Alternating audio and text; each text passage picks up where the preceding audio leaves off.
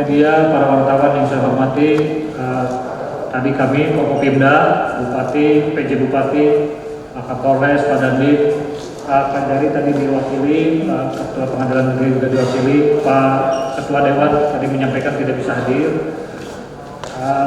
Berkumpul dengan seluruh perangkat daerah dan para camat melalui virtual untuk mengevaluasi pelaksanaan penanggulangan pandemi COVID-19 di Kabupaten Bekasi. Dan insya Allah ini akan rutin kami laksanakan setiap minggu untuk progres. Karena apa? Karena walaupun angka-angka semua sudah semakin landai di Kabupaten Bekasi, namun seperti tadi paparan Pak Dandim, kenaikan di Amerika yang sudah 90% vaksinnya hanya hitungan 2 bulan sangat meroket kasus positif saat ini di Amerika, khususnya varian Delta karena akibat pandemi. Nah, di kita pun kalau sampai varian Delta kembali merebak, ini adalah kondisinya mungkin tidak beda ya, karena tadi kecepatannya sangat luar biasa penyebaran dari virus varian Delta. Ini yang kita antisipasi supaya tidak lengah ya, bahwa sekarang mau rumah sakit turun dan sebagainya, ini harus tetap diatasi. Makanya kami kumpulkan semua para direktur rumah sakit juga jajaran kesehatan. Nanti ke depan selain para camat, para kepala puskesmas, para kapolres, kapolsek dan Ramil juga akan ikut secara virtual setiap minggu untuk bisa arahan-arahan dari kapolres bisa disampaikan di situ, arahan dari Dandim juga, dan tim terpadunya. Jadi ada 3 hal tadi. Pertama, Satgas kita COVID ini sekarang sudah dikembangkan menjadi komite kebijakan. SK-nya memang masih terus disempurnakan. Komite kebijakan dipimpin oleh PJ Bupati, wakilnya para Forkopimda, ketua pelaksananya Pak Sekda, dan wakilnya para wakil Kapolres, Kasdim, wakil Kajari, dan seterusnya para wakil ketua DPR. Di bawah komite itu ada 2 satgas sekarang, Satgas Penanggulangan COVID dan Satgas Pemulihan Ekonomi. Satgas Penanggulangan COVID dipimpin oleh Asisten Pemerintahan Menkesra. Satgas Pemulihan Ekonomi dipimpin oleh Asisten Perekonomian dan Pembangunan. Di bawahnya ada divisi-divisi pencegahan, penanggulangan, pemulihan. Kalau di Satgas Pemulihan Ekonomi ada bidang-bidang, ada bidang pertanian, bidang manufaktur, bidang pariwisata, dan seterusnya. Ada 7 bidang.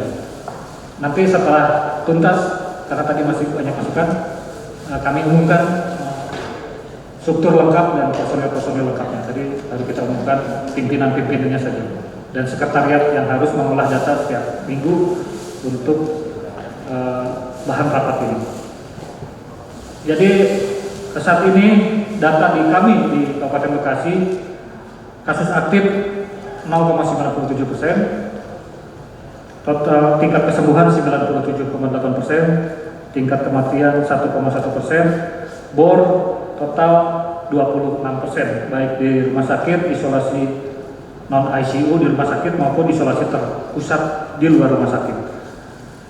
Yang isoman masih ada 170 orang atau 71,43%, yang di isolasi terpusat tinggal 28 orang atau 11,76%, dan yang dirawat di rumah sakit karena COVID 62 orang, 26,52%. Itu mengenai kondisi COVID.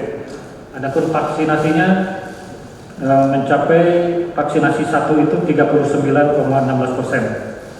Kemarin memang ditanya bahwa kan Agustus ingin 50%, jadi baru mencapai 39% ke 40%. Tetapi kalau ditambah dengan dosis 2, apalagi yang dinas kesehatan itu tenaga kesehatan ada dosis 3 Moderna, itu ternyata sudah bisa mencapai 56%. Hanya data-datanya memang sedang kita terus konsolidasi karena ada berbagai metode perhitungan yang harus kita sinkronkan. Tapi paling tidak target-target yang ingin kita canangkan ini ada kemajuan, tapi perlu ada perbaikan-perbaikan dari sisi metode dan pencatatan laporannya. Di luar vaksinasi dan kondisi vaksin, kita juga upaya supaya kasus tidak terjadi lonjakan ke depan adalah meningkatkan kapasitas testing dan tracing. Testing saat ini sudah mencapai 38%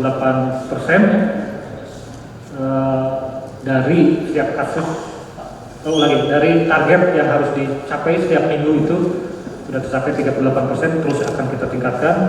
Karena ini bukan hanya masalah dites atau tidak, sering juga input datanya yang tidak lengkap, tidak diinput ke sistem aplikasi yang nasional.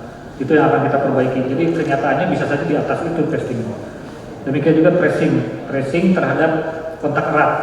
Setiap ada kasus, berapa persen yang di tracing, ternyata angkanya di 66,7% dengan rasio 5,9 atau hampir 6 orang. Setiap satu kasus, 6 orang sudah di tracing. Namun tadi ada persoalan, seringkali data di NAR itu memang KTP Bekasi, tapi domisilinya di luar Bekasi. Nah itu kan susah, kita kontak eratnya mesti mereka di sana. Itulah yang kenapa tracing ini masih terkendala. Nah dari semua perkembangan itu bisa disimpulkan bahwa kita memang sudah di posisi level 3. Kalau vaksinasi bisa digenjot lagi, lalu testing dan tracing bisa ditingkatkan lagi, kita bisa turun lagi ke level 2. Dan ketentuan-ketentuan mengenai level 3 tadi juga sudah dipaparkan oleh Kasat Pol PP untuk dipahami oleh seluruh perangkat daerah dan para camat dilaksanakan. Selanjutnya kami juga tadi membahas mengenai persiapan tatap muka pendidikan. Ini ada Kadisdik yang memaparkan bagaimana step-step.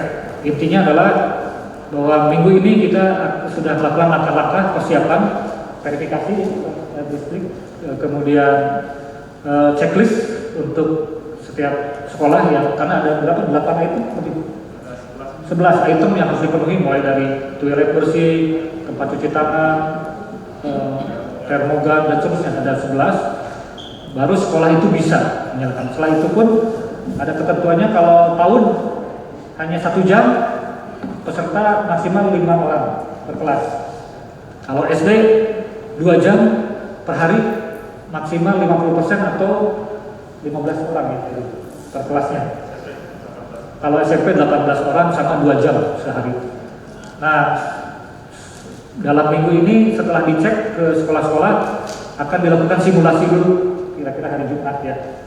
Simulasi, kalau dari simulasi itu meyakinkan, itu bisa jadi nanti juga karena ada evaluasi dari dinas di tingkat atas dan kementerian minggu depan, kemungkinan paling cepatnya akan ada tatap muka di sekolah-sekolah yang memenuhi syarat.